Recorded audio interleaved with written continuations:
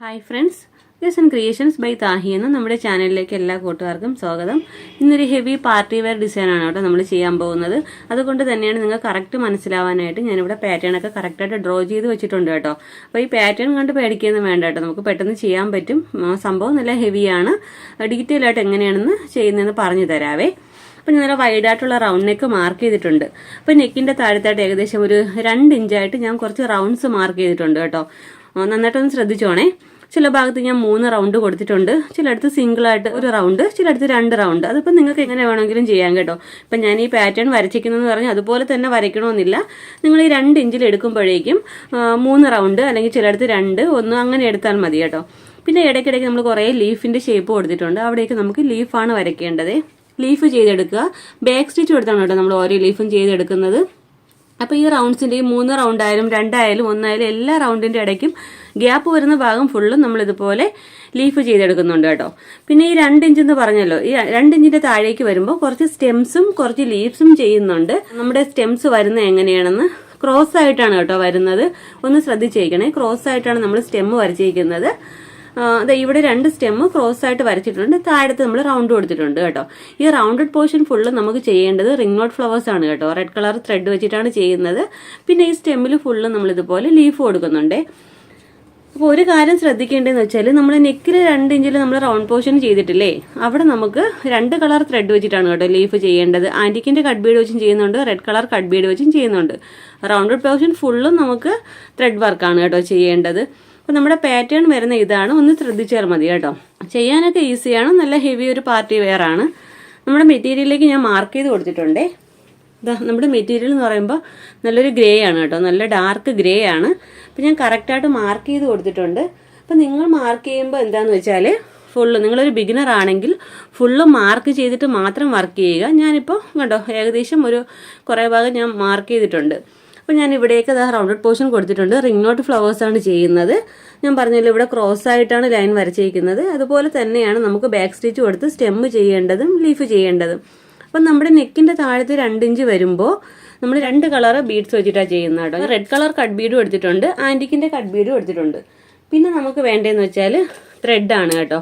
ഞാനിവിടെ ആങ്കർ ത്രെഡാണ് എടുത്തേക്കുന്നത് കേട്ടോ, നല്ല റെഡ് കളറാണ് എടുത്തേക്കുന്നത്. പിന്നെ നമുക്ക് 2 ടൈപ്പ് നീഡിൽ വേണം. ഒരെണ്ണം നീഡിൽ നമ്പർ 12 ആണ് കേട്ടോ എടുത്തേക്കുന്നത്.